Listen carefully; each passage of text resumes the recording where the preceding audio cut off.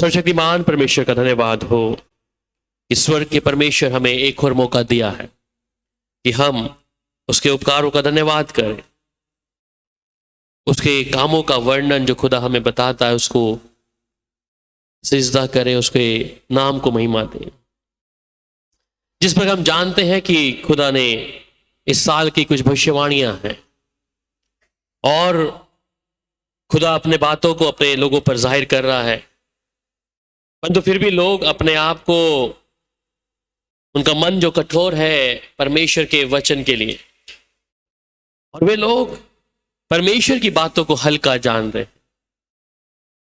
हम देख रहे हैं इन दिनों में जिस प्रकार तुर्की, इजराइल, सीरिया, इन जगहों पे वो अर्थक्वेक या भूकंप ऐसी चीजें हैं, और बहुत सी ऐसी बातें और भी सर्वशक्तिमान परमेश्वर कर रहा है। पिछली प्रोफेटिक नाइट में परमेश्वर कुछ बातों को बताया था कि कुछ जगहों पर इंडिया के अंदर कई जगह पे परमेश्वर ऐसी स्थितियों को पैदा कर रहा है। परमेश्वर ऐसा क्यों करता है? क्या परमेश्वर आपको जबरदस्ती चाहता है कि आप विश्वास करें? परमेश्वर ऐसा कर क्यों रहा है? हम अंतिम दिनों में प्रवेश कर रहे हैं। अगर आप विश्वासी हैं और विश्वासी का जीवन आप बेहद अच्छे तरीके से जानते हैं, सिर्फ एक ताली मारना या हालेलुया का नारा लगाना या गैर भाषा को बोलना मेरे लिए काफी नहीं है, परंतु उस सर्वशक्तिमान परमेश्वर की उन बातों को अमल करना है कि स्वर्ग का परमेश्वर इन दिनों में क्या कर रहा है। इसलिए जब हम इन अंतिम दिनों में हैं, उसी दिनों में वो मसीह विरोधी भी खड़ा होगा। कल हमारे पास एक बहन आई और उन्होंने बताया कि उनके जो ससुर हैं वो सबसे पहले प्रभु के दास था, उन्हीं के कारण वो बहन विश्वास में आई, और उनकी जो बहू थी वो कल इधर आई थी, और जब आई तो उन्होंने बताया कि अब जो प्रभु का ये दास था ये अपने आप को कहता है कि मैं यीशु मसीह हूं, और कहता है वो 7 आत्माएं जो उनके लोग हैं उनके अंदर है। वो कहते हैं अलग अलग जगह से जुड़ती हैं और वो कहती हैं कि हम ये देवी हैं, ये काली हैं, वो हैं, ऐसी सी बातें करके कि तू यीशु मसीह है। इंसान वो भी कहता है कि मैं यीशु मसीह हूं। इसका मतलब कि मसीह विरोधी हमारे बीच में से खड़े होंगे। इस बात को आप समझ लीजिए, और उस व्यक्ति की पहचान है कि वो अपने आप को यीशु मसीह कहता है। और कल रात को जो अपने आप को यीशु कहता है वो भाई जो था, बुजुर्ग है, पासवान था, उनकी बहू ने मुझे रात को फोन किया कि हमारी सास की तबीयत खराब है, और मैं प्रार्थना किया पर मेरे को अंदर तसल्ली नहीं हुआ।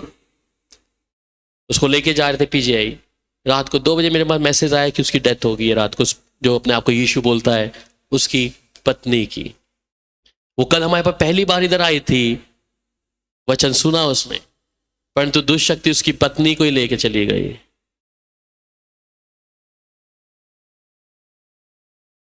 इस अंतिम दिनों में हम इस बात को ध्यान दें।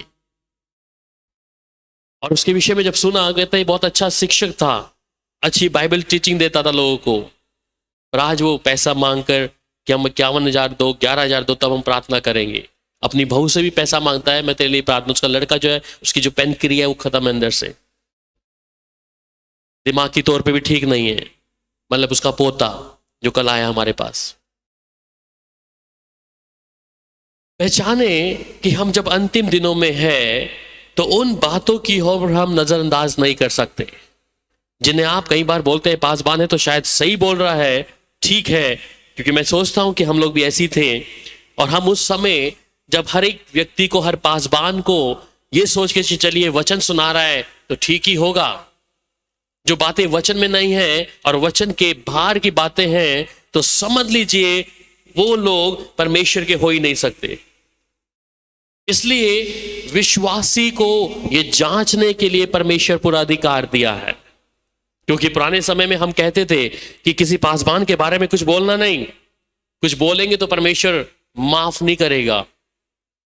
पर दूसरा पत्रस में कहता है कि ऐसे लोग होंगे और हम उलाहना दें उसके बारे में, हम बताएं उनके बारे में, चुप ना रहें। जो गलत शिक्षाएं आज पूरे देश भर में या संसार में आप देख रहे हैं, और विश्वासी का जीवन क्या है, वो सोचते हैं प्रभु का दास है, चिन्ह और चमत्कार हो रहे हैं तो हम इस पर ही विश्वास कर लें।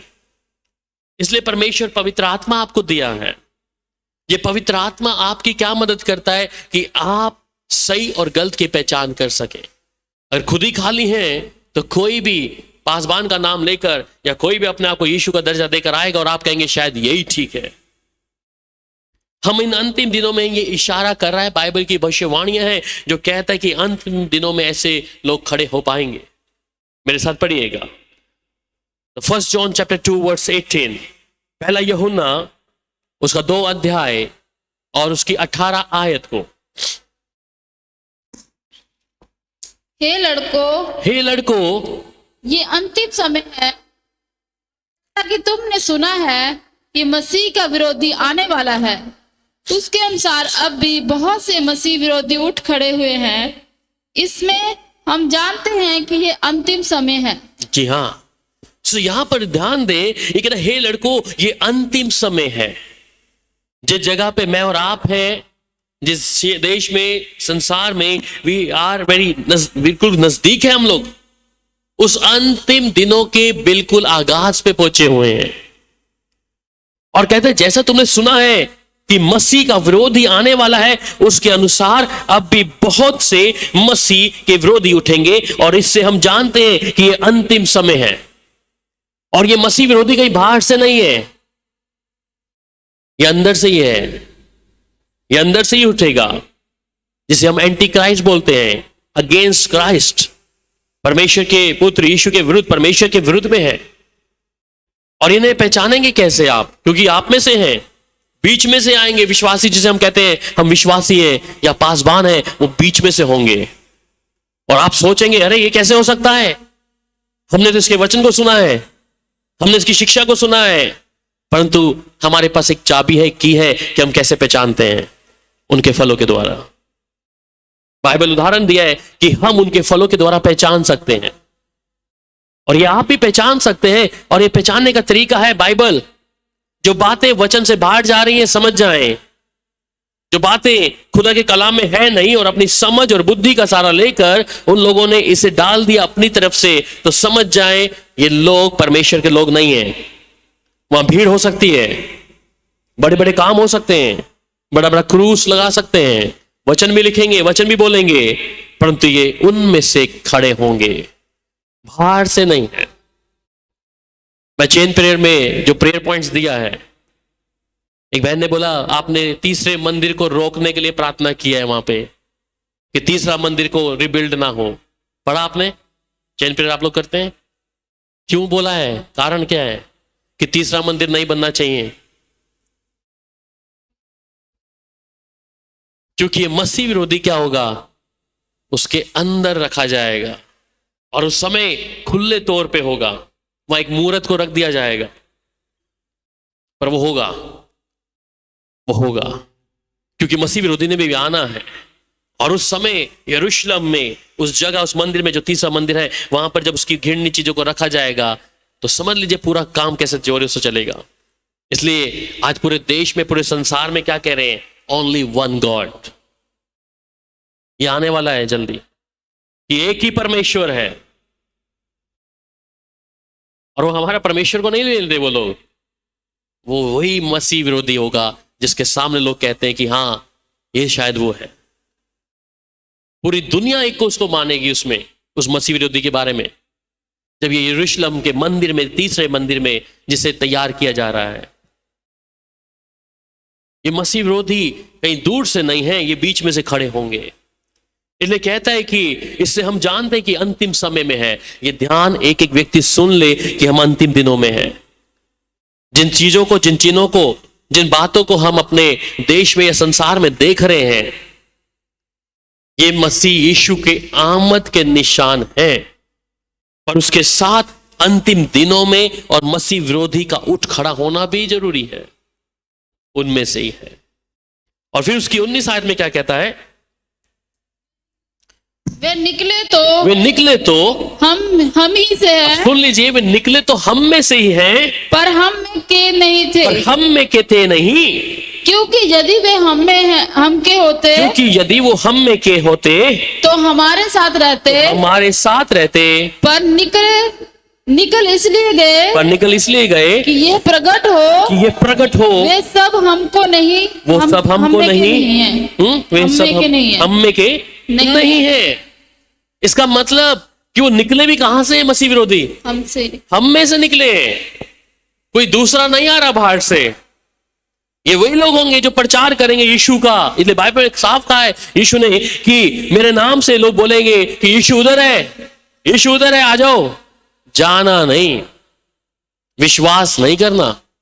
इसलिए मसीह विरोधी यीशु के नाम का प्रचार भी करेंगे। और आप सोचेंगे ये कैसे मसीह का विरोधी होता है? यीशु मसीह का नाम इसके मुख से आ रहा है, बाइबल की शिक्षा इसके मुख से आ रही है, ये कैसे मसीह विरोधी हो सकता है? परंतु काम जो बाइबल में बात नहीं है, उन बातों को वो जब अपनी बातों में मिला देगा, चाहे वो तेल पानी हो, चाहे नमक और साबुन हो जिसकी आज लोग प्रार्थना करते हैं, बाइबल के अनुसार है नहीं, बाइबल के अनुसार है नहीं। तेल पानी साबुन बाइबल के अनुसार नहीं है। इसलिए ये ऐसी ऐसी बातें आपके सामने होंगी जिनसे आप बहुत अच्छे से पहचान सकते हो। आप ये नहीं कह सकते प्रभु हमें पता नहीं था ये पास्टर कैसा है, ये तो पास्टर तो तेरा नाम ले रहा था। परंतु बाइबल आपके पास में है, आप कितनी बाइबल पढ़ते हैं, कितना वचन का ज्ञान है आपको, ये परखने की सामर्थ परमेश्वर अपने लोगों को दिया है। परंतु अगर आप उनकी बातों में सहमत हो गए तो आप उनके संग में हैं, और जहां वो मसीह विरोधी होएगा, जो उसके मानने वाले वो भी उसके साथ वहीं पे होंगे। कहां पे होंगे मालूम है? अथाह कुंड में। इसलिए हम हर एक व्यक्ति पर विश्वास नहीं कर सकते। क्या शिक्षा है, क्या है? हम तो ये सोचते कि वचन दे रहा है, पर जब वचन ही तोड़ दिया, मिलावट आ गई, तो मैं सोचता हूं वो वचन के मुताबिक नहीं है। इसलिए बहुत सारे प्रचारक हैं, पर जब प्रचार वो करते हैं तो प्रचार के साथ में अपनी बातों को भी डालते हैं। इसका मतलब बुद्धि से सेवा करनी शुरू कर दी, अपनी समझ से सेवा करनी शुरू कर दी, जितना खुदा ने कहा है उतना ना करते हुए अपनी बातों को डाल दिया। उन्हें मालूम है कि लोग कैसे लुभावने बनेंगे, क्योंकि हम सब जो है देखकर विश्वास करने वाले लोग हैं। इसलिए हम ये उम्मीद रखते हैं कि पासवान कोई शीशी निकाले तेल की और उसमें वो प्रार्थना करके देगा तो शायद हम ठीक हो जाएंगे, क्योंकि जहां से हम निकले हैं ना अन्य जाति से, वहां हम यही ढूंढते थे, और यहां पास्टर कर रहे हैं और हम सोचते हैं अरे नहीं ये कुछ चीज है। मुझे याद आता है कि एक बार मीटिंग थी गुरदासपुर, कहीं पे हम लोग थे, और जब हम गए तो जो पासवान लुधियाना में था एक, अरे भैया तुम क्या जानो ये तेल की सामर्थ, भाई तुम क्या जानते हो तेल की सामर्थ, तुम्हें मालूम है अभी तो मीटिंग चल रही है, अब देखना क्या होगा देखना। ठीक है जी, पहुंचे, उसके साथ मीटिंग चल रही थी। अचानक एक के अंदर दुष्ट आत्मा आएगी, और दुष्ट आत्मा को बहुत चालाक है, मालूम है, he is a very clever cunning. Pastor के हाथ में एक नया नियम था, एक हाथ में तेल की शीशी। अभी दुष्ट आत्मा के सामने पास्टर बोल रहा है, देख मैं तेरे को तेल देता हूं। वो कह रहा है हाँ तेल दे दे, नहीं कहता बाइबल दे दे, तेल नहीं। कहता ये बाइबल दे दे, हाथ में तेल मत दे। उसे मालूम है असली चीज कहां पे है, ठीक है। कहता है बाइबल दे दे, तेल नहीं, तेल। और पास्टर खुश हो रहा है, देखो तेल की सामर्थ देखो कैसे डर रही है, बाइबल की सामर्थ से नहीं है, तेल की सामर्थ देखो। बोल रहे देखा भाई, आप देख रहे हो, मैं देख रहा हूं।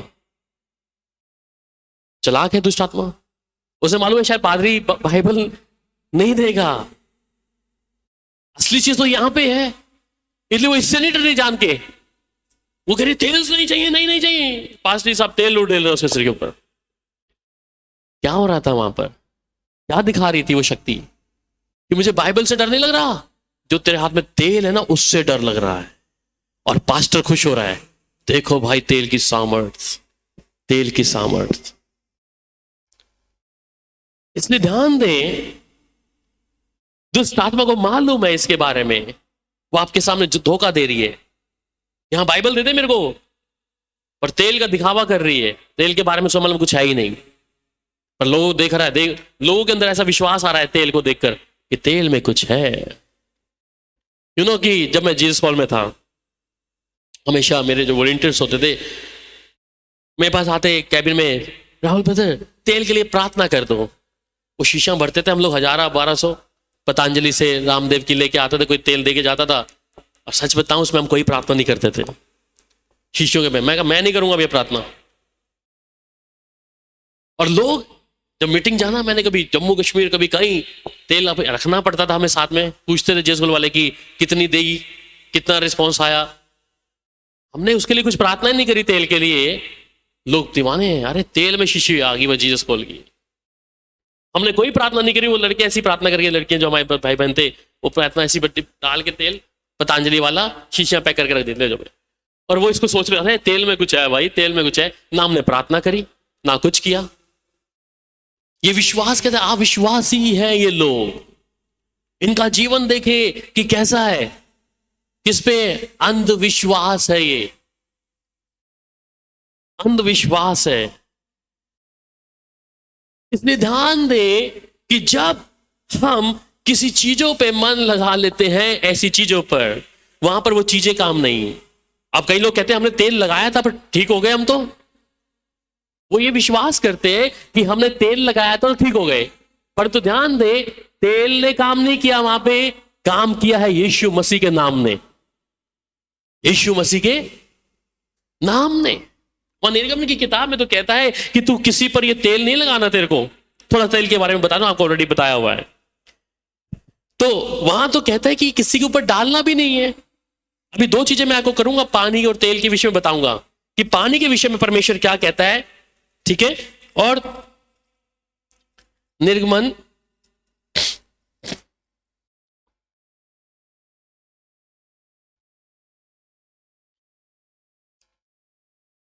निर्गमन 30 अध्याय उसकी 31 आयत में लिखता है, the book of Exodus chapter 30 verse 31। और इजराइलियों को मेरी ये आज्ञा सुनाना, मेरी ये आज्ञा सुनाना, ये तेल तुम्हारी पीढ़ी पीढ़ी में, ये तेल तुम्हारी पीढ़ी पीढ़ी में मेरे लिए पवित्र अभिषेक का तेल हो, मेरे लिए पवित्र अभिषेक का तेल हो। आगे, ये किसी मनुष्य की देह पर ना डाला जाए, किसी मनुष्य की देह पे नहीं डालना, और मिलावट में उसके समान और कुछ ना बनाना। ये पवित्र है, ये पवित्र है, ये तुम्हारे लिए भी पवित्र होगा, ये तुम्हारे लिए भी पवित्र होगा। जो कोई इसके समान कुछ बनाए, जो कोई इसके समान बनाए, जो कोई इसमें कुछ पराये कुल वालों पर लगाए, चाहे अगर किसी कुल लोगों के ऊपर, दूसरी जाति के ऊपर अगर लगाएंगे तो वे अपने लोगों में नष्ट किया जाएगा, वो अपने लोगों में नष्ट किया जाएगा। तो अगर वो चीज जिसपे तेल के लिए प्रार्थना कर दी है, कहता है इसके मुताबिक कोई तेल बनाना नहीं है, प्रार्थना कर दिया तो क्या हो गया वो, हाँ पवित्र हो गया। कहां रखेंगे आप पवित्र चीज को? धरती पे कोई पवित्र चीज है? आपको मालूम है हनोक के बारे में, पवित्र हो गया, एलिया पवित्र हो गया, यीशु मसीह पवित्र थे, चलो ऊपर, यहां पे नहीं है। तो जिस तेल के विषय में प्रार्थना कर दी है तो पवित्र हो गया, कहीं रखने की जगह नहीं है। इसलिए परमेश्वर यहां पे कलाम में साफ कह दिया कि उसके समान और कुछ ना बनाना, ये तो पवित्र है। इसलिए याजकों को जो बोला गया तो वो पवित्र हो गया। और फिर कहता है ये तुम्हारे लिए पवित्र होगा, जो कोई इसके समान कुछ बनाए या जो कोई इसमें कुछ पराये कुल वालों में लगाए, वह अपने लोगों में नष्ट किया जाएगा। अगर वो तेल जिसके विषय में हम बात करते हैं वो अगर किसी कुल पे लगा दिया तो नष्ट कर दिया जाएगा, जीवित नहीं छोड़ेगा परमेश्वर। जितने लोग तेल पानी पे विश्वास करते हैं, ध्यान दें, आज ऐसे लोग हैं बीमारियों में हैं, क्योंकि वो तेल के ऊपर विश्वास आ गया। और ये कारण क्या है कि परमेश्वर के वचन को उन्होंने हल्का जाना है, परमेश्वर के कामों को वो हल्का जानते हैं। इसलिए ये कारण था कि वे लोग तेल के विषय में कि जब पासवान देता है तेल तो ये लगाते रहो जी, चौखटों पे लगाते रहो। मैं क्या बात कर रहा हूं, हम अंतिम दिनों में हैं, आप कैसे पहचान करेंगे? कुछ लोग तो अभी नमक भी बेच रहे हैं या और भी चीजें हैं बेचने के लिए। इसलिए मसीह विरोधी को जांचने के लिए आवश्यकता है। इसलिए बाइबल साफ कहती है कि उस जगहों से निकलाओ, कहीं ऐसा ना हो कि परमेश्वर का क्रोध तुम पे आ जाए। जो लोग परमेश्वर के वचन को वचन नहीं रहने देते, तो तेल का इस्तेमाल तो यहां पर परमेश्वर क्या किया है? मना किया। अब पानी के विषय में मालूम है बाइबल में कहां पे लिखा है कि लोगों को पानी की शीशी भर के दो, होली वाटर स्प्रे मारो? कहां है बाइबल में? चलिए आपका ध्यान थोड़ा पुराने नियम में लेके आता हूं। पानी क्यों इस्तेमाल हुआ है पुराने नियम में और क्यों हुआ है, उसकी कई बार मैं आपको बताऊं। उसको हम लोग कई बार प्रभु भोज के साथ भी जोड़ते हैं। जब हम प्रभु भोज में आते हैं, पढ़िएगा मेरे साथ गिनती की किताब।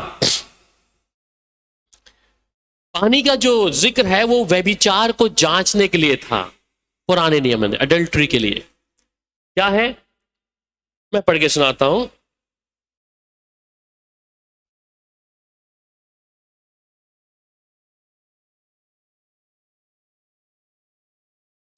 मेरे साथ पढ़िएगा गिनती की किताब 5 अध्याय, उसकी पहले 11 से लेकर 15 तक, फिर उसके बाद 20 से लेकर 22 तक पढ़िएगा। फिर यहोवा ने मूसा से कहा, 11 से, फिर यहोवा ने मूसा से कहा, इजराइलियों से कह कि यदि किसी मनुष्य की स्त्री बुरी चाल चलकर उसका विश्वासघात करे और कोई पुरुष उसके साथ कुकर्म करे, परंतु ये बात उसके पति से छिपी हो और खुली ना हो और वे अशुद्ध हो गई, परंतु ना तो उसके विरोध कोई शिक्षा, कोई साक्षी हो और ना वह कुकर्म करते पकड़ी गई हो, और उसके पति के मन में जलन उत्पन्न हो, अर्थात वह अपनी स्त्री पर जलने लगे और वे अशुद्ध हुई हो, या उसके मन में जलन उत्पन्न हो, अर्थात वह अपनी स्त्री पर जलने लगे परंतु वे अशुद्ध ना हुई हो, तो वह पुरुष अपनी स्त्री को याजक के पास ले जाए। वो अपनी स्त्री को याजक के पास लेके जाए और उसके लिए एपा का 10वां अंश जो का मैदा चढ़वाया कर ले आए, परंतु उस पर तेल ना डाले ना लोबान रखे, क्योंकि वह जलन वाला और स्मरण दिलाने वाला अर्थात अधर्म का स्मरण कराने वाला अन्य बलि होगा। ठीक है, अब 19 से लेकर 22 तक पढ़िए। तब याजक स्त्री को, अब जब याजक क्या करेगा, तब याजक स्त्री को शपथ धरवाकर कहे कि यदि किसी पुरुष ने तुझसे कुकर्म ना किया हो तो तू पति को छोड़ दूसरे की ओर फिर कर अशुद्ध ना हो गई हो, तो तू इस कड़वे जल के गुण से जो शाप का कारण होता है बची रहे। पर यदि तू अपने पति को छोड़ दूसरे की ओर फिर कर शुद्ध हुई हो और तेरे पति को छोड़ किसी दूसरे पुरुष ने तुझसे प्रसंग किया हो, तो और याजक उसे शाप देने वाली शपथ धराकर कहे, यहोवा तेरी जांघ सड़ा और तेरे पेट फुलाए और लोग तेरे नाम लेकर शाप और धिक्कार दिया करे। अर्थात वह जल जो शाप का कारण होता है, वह जल जो शाप का कारण होता है तेरी आंतड़ियों में जाकर तेरे पेट को फुलाए और तेरी जांघ को चढ़ा दे, तब वह स्त्री कहे आमीन आमीन। सो यहाँ पर क्या लिखा है कि याजक के पास उस समय पानी होता था, और अगर स्त्री ने कुछ ऐसा शारीरिक संबंध बना लिया है तो याजक क्या कर रहा है, जांचने के लिए स्त्री को वो पानी पिलाएगा। अगर उसने ऐसा कुछ किया है या प्रसंग हुई है, काम किया है, कुकर्म किया है, तो उसकी जांघ जो होगी उसी समय होगी, सड़नी शुरू हो जाएगी, सड़ जाएगी। तो वहां पहचान है कि अब ये शुद्ध नहीं है, अशुद्ध है। तो पानी इसलिए दिया गया जिस पानी को आज पास्टर लोग पढ़ा के देते हैं कि जाओ जी छिड़के मारो पीते रहो बीमार हो तो, जिस पानी के लिए प्रार्थना करती है तो वो क्या करेगा यहाँ पे, जान सड़ा देगा अगर गलत किया तो याजक लेके। इसको हम प्रभु भोज के साथ भी जोड़ते हैं कि अगर हमने कुछ ऐसा किया और प्रभु से माफी नहीं मांगा, शरीर का कुछ संबंध, और हम प्रभु भोज की मेज में शामिल होते हैं, तब ये चीजें क्या होंगी, ऐसा हो जाएगा। इसलिए प्रभु की हजूरी में आने के लिए मेरे भाई और बहनों, हम उस सर्वशक्तिमान परमेश्वर के सामने हैं। इसलिए हम वापस अपने उस पे टॉपिक पे आ रहे हैं कि अंतिम दिनों में हम लोग हैं, और अंतिम दिनों में जब मैं और आप खुदा की मौजूदगी में हैं, तो ऐसे लोग क्या करेंगे, ये निकल आए, इनके कामों को देखकर आपको पहचानना पड़ेगा कि कौन क्या कैसे इधर क्या कर रहा है। इसलिए कहते हैं वे निकले तो हम में से ही है, पर हम में के थे नहीं, क्योंकि यदि हम में के होते तो हमारे साथ रहते, पर निकल इसलिए गए कि ये प्रकट हो कि वे सब हम में के नहीं हैं। मसीह विरोधी हमारे बीच में से लिखा है, लेकिन निकले हैं। इसलिए इस बात को हम बिल्कुल भी हल्का नहीं जान सकते कि हम अंतिम दिनों में हैं। अंतिम दिनों में हमारे विश्वास की परख की जाएगी। हमारे एक व्यक्ति पर विश्वास नहीं कर सकते।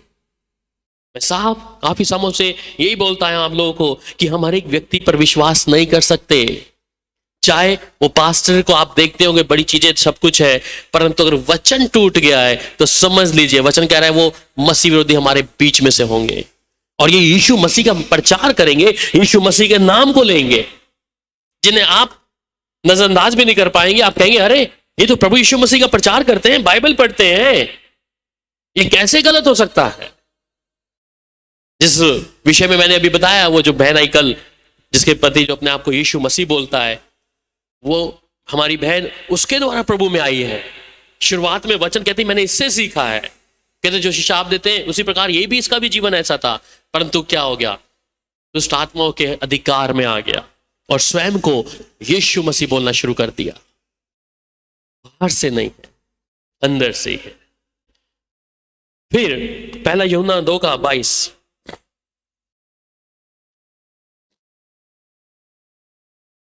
झूठा कौन है?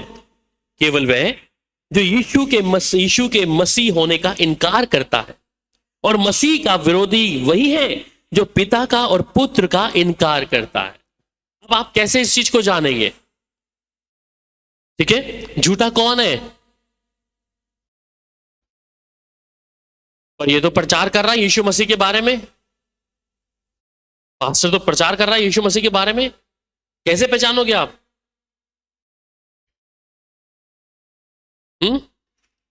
कैसे पहचानेंगे? ये तो प्रचार भी कर रहा है, पर ये बाइबल में लिखा है केवल वह जो यीशु मसीह का इनकार करता है। ये तो इनकार भी नहीं कर रहे, इनकार नहीं कर रहे, क्या कर रहे हैं फिर कैसे कहेंगे कि मसीह विरोधी यही है?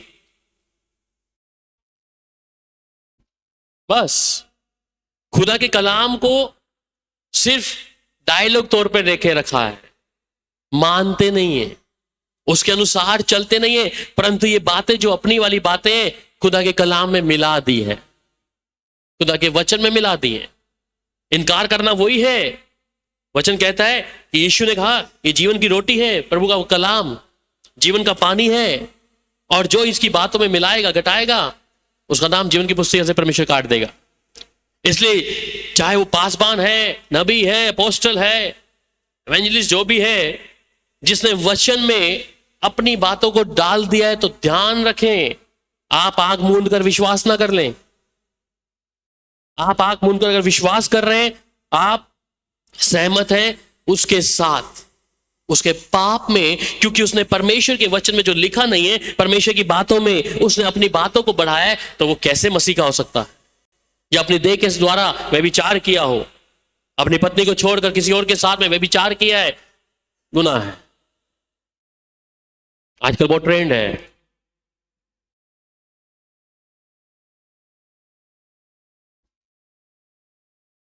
इस बात को हम हल्का नहीं जान सकते। हम कहते हैं अरे वो ठीक है जी, मन फिरा लिया होगा पास्टर ने, अपनी पत्नी को छोड़कर ऐसा किया, नहीं, रॉन्ग, गलत है। और अगर आप उसको अच्छा कह रहे हैं, आप उसके पाप में 100% शामिल है, चाहे जितनी शिक्षा रखता हो, जितना वचन का ज्ञान क्यों ना रखा हो। जिसने वचन को वचन नहीं रहने दिया, अगर उसके लिए पाप की माफी भी नहीं मांगी, तो फिर हम उसको कभी भी उसके साथ अगर सहमति जता रहे हैं तो हम गुनाहगार हैं। और वो चीजें उस व्यक्ति पे भी आएंगी, उस विश्वासी के ऊपर भी आएंगी। कलीसिया में भी ऐसा ही है। अगर पासवान ऐसा है जिसके ऊपर हाथ रखेगा वैसा करेगा, तो वो चीजें उनके अंदर फॉलो करेंगी। जिस कलीसिया में अगर आप हैं और उस कलीसिया का पासवान या विश्वासियों का जीवन ऐसा है, वो चीज उनकी कलीसिया में भी काम वैसी करेगी, उनके विश्वासियों के जीवन में वो स्पिरिट काम करेगी। इसलिए बाइबल मना करता है कि शीघ्र किसी के सिर पर हाथ नहीं रखना। क्यों? कारण है, हमने पिछली बार पे पढ़ा कि हम हर एक व्यक्ति को अच्छा नहीं कह सकते, चाहे पास्टर हो, विश्वासी हो, हम नहीं कह सकते कि उसका जीवन गुप्त का काम कैसा है अगर माफी नहीं मांगी तो। आप अगर उसकी अच्छाई को देखकर उसने क्या किया है, परमेश्वर ने उसको उस पद से हटा दिया है, उस जगह से हटा दिया है, परंतु हम कह रहे हैं अरे प्रभु का दास है जी, तो अभी भी नहीं है। जिसने खुदा की बातों को, खुदा के कलाम में अपनी मिलावट कर दी है, अपनी बुद्धि की बातें डाल दी है, परमेश्वर ने उसे तुच्छ ठहरा दे, जा तू अलग। देखिए, एक पाप का स्वभाव है कि एक ने गलती करी और माफी मांग ली है खुदा के सामने, वो अलग चीज है, वो परमेश्वर और वो व्यक्ति या पास्टर जानता है। परंतु वही चीजें आप दोबारा से कलीसिया में पासवान के अंदर वो चीज देख रहे हैं, तो इसका मतलब वो चीजें छोड़ी नहीं है उसने। परमेश्वर के वचन में जो बातें हैं नहीं, उन्हें वो डाल रहा है और आप उसको कबूल कर रहे हैं, उसमें सहमति जता रहे हैं, तो परमेश्वर कहता है उन जगहों से निकलो, उधर से बाहर आ जाओ। कहीं ऐसा ना हो कि मेरा जो क्रोध उसके ऊपर है तुम पर भी ना पड़े। इसलिए झूठा कौन है? ये वही लोग हैं। यीशु मसीह का इनकार कैसे करेंगे? मुंह से नहीं करेंगे इनकार, मुंह से तो ये कहेंगे कि हम प्रभु यीशु के लोग हैं, परंतु इनकार करेंगे परमेश्वर के वचन को ना मानकर, खुदा के कलाम के अनुसार ना चलकर। मुंह से वो आपको जय यीशु मसीह भी बोलेंगे, प्रेज द लॉर्ड भी बोलेंगे।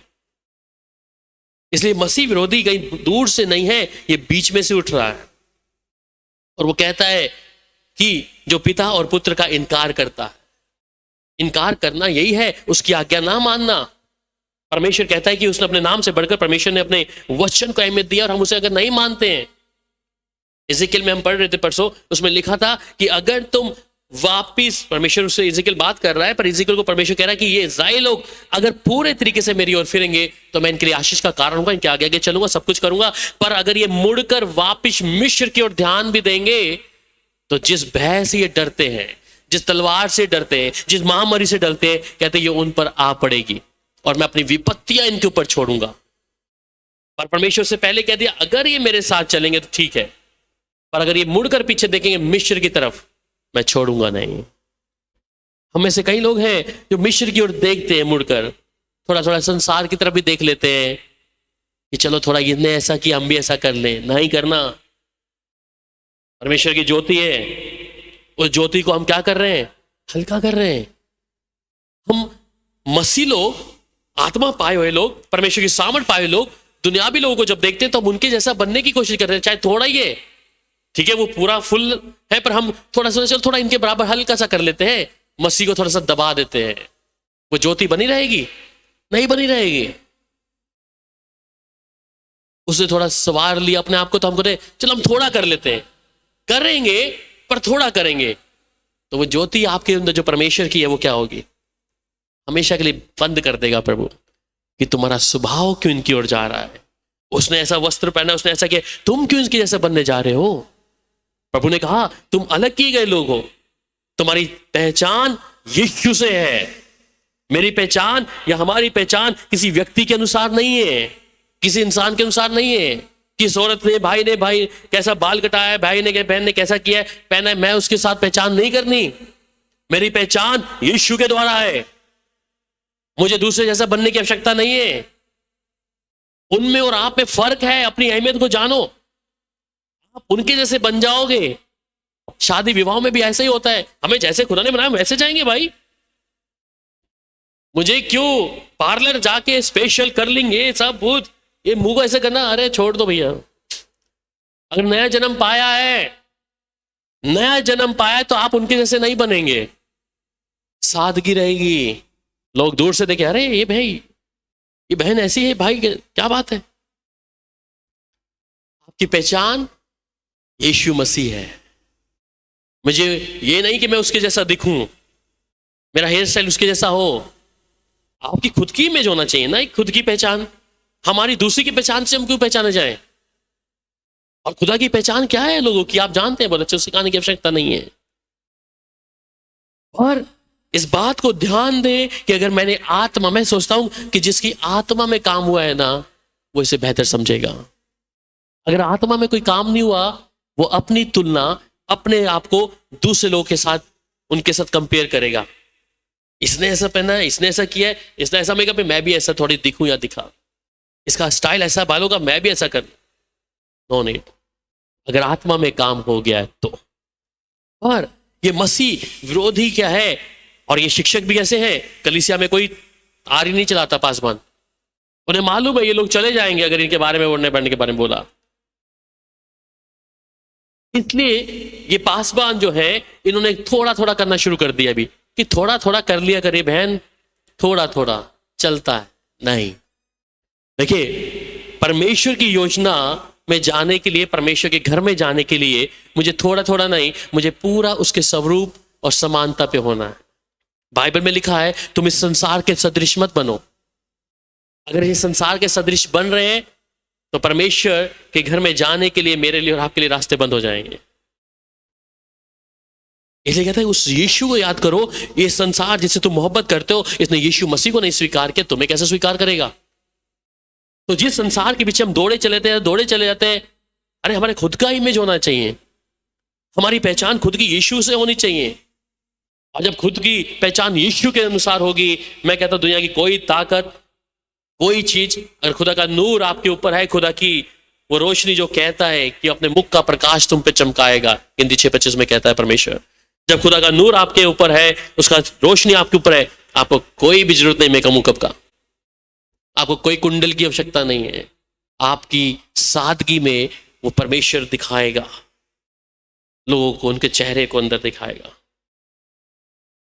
मूसा उदाहरण है, कहता है कि जब वो सिनाई पर्वत पे यीशु परमेश्वर से थोड़ी बात कर रहा था, और जब वो नीचे आया तो उसे अपने मुंह पर चादर डाल के बात करनी पड़ रही है। उसने रूबरू देखा भी नहीं है, परंतु परमेश्वर की उपस्थिति में वो रोशनी की जो किरणें थी उसके मुख से यूं निकल रही थी, और वो इतनी तेज थी, कहता है उसने अपने मुख पे चादर डाली कि जिन लोगों से, वो जो लोग थे जिन्हें वो मिस्र से लेके आए, कि उनके ऊपर चुंदरा ना जाए। इसलिए वो कहता है वो अपने मुख का प्रकाश तुम पे चमकाएगा। जिस कलीसिया में आपकी छांट गांठ नहीं होती, जो पास्टर आपको काटता नहीं है, कोई फायदा नहीं है। सिंपल आएंगे, ताली बजाएंगे, हालेलुया बोलेंगे, गीत गाएंगे, फिर अगले हफ्ते मिलेंगे, भाई ओके बाबा है, पासवान कुछ नहीं बोल रहा, अरे बोला तो शायद ये ऐसा हो जाएगा। आप जिधर भी जाते हैं, मुझे नहीं मालूम, पर अगर परमेश्वर के राज्य में जाना है, आपका वस्त्र कैसा होना है। अभी आप लोग, कई लोग जॉब करते हैं, कई लोग ड्रेस कोड है कई लोगों के, बिना ड्रेस के जाके दिखाएं अपने ऑफिस में। क्यों? अभी नर्सिस हैं, डॉक्टर्स हैं, क्यों है? बिना आपकी उस ड्रेस के आने नहीं देंगे भैया, वापिस जाओ, आई कार्ड नहीं पहना वापिस जाओ। तो परमेश्वर का राज्य है, परमेश्वर का जो स्वर्ग है, इतना सस्ता नहीं है, इतना हल्का नहीं है कि हाँ जी हम तो भाई भैया प्रभु जी हम तो चर्च में जाते थे, इतनी बार वचन सुनते थे, ऐसा ऐसा किया हमने, आपके लिए बहुत बड़े बड़े काम किए, प्रभु पीछे करो इस सबसे। परमेश्वर इन बातों को नहीं देखेगा, वो आपके भीतरी और भारी हर एक स्वभाव को देखकर प्रवेश कराएगा। इसलिए स्वर्गदूत आपके साथ कई बार ऐलान करते ना कि स्वर्गदूत मेरे साथ हैं, मेरे साथ चल रहे हैं, वो आपकी सुरक्षा भी कर रहे हैं, परंतु आपकी जो जीवन का रोज जीवन का जो चल रहे हैं ना, उसकी जो रिपोर्टिंग जा रही है वो भी जा रही है उधर। पृथ्वी के चारों कोनों में उसके दूत खड़े हैं, एक एक धर्मी के साथ परमेश्वर में दूतों को खड़ा है। क्या कर रहे हैं आप? सुरक्षा के लिए दिए हैं, पर सुरक्षा के साथ आपके जीवन से आप क्या क्या कर रहे हैं। इसलिए हर एक बात का न्याय होगा। बाइबल में लिखा है आपके शरीर का न्याय होगा, आप क्या बोल रहे हैं उसका न्याय होगा, क्या पहनना है, खाना है या पीना है, हर एक बातों का न्याय होगा।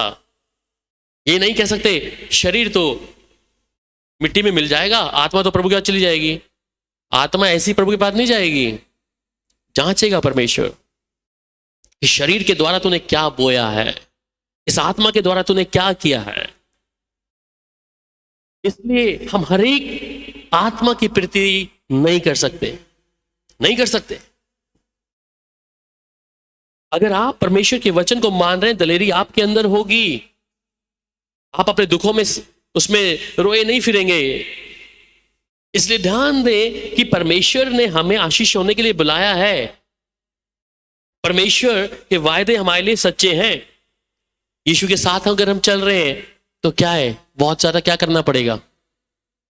परमेश्वर में साथ चल रहे हैं तो आपको बहुत ज्यादा क्या करना पड़ेगा, है? हाँ जी, प्रार्थना करना पड़ेगा, पर बहुत, हाँ जी, आगे और दुख उठाना पड़ेगा, दुख भी उठाना पड़ेगा। अरे नहीं उठाना पड़ेगा, मैंने सीखी ये बात अभी।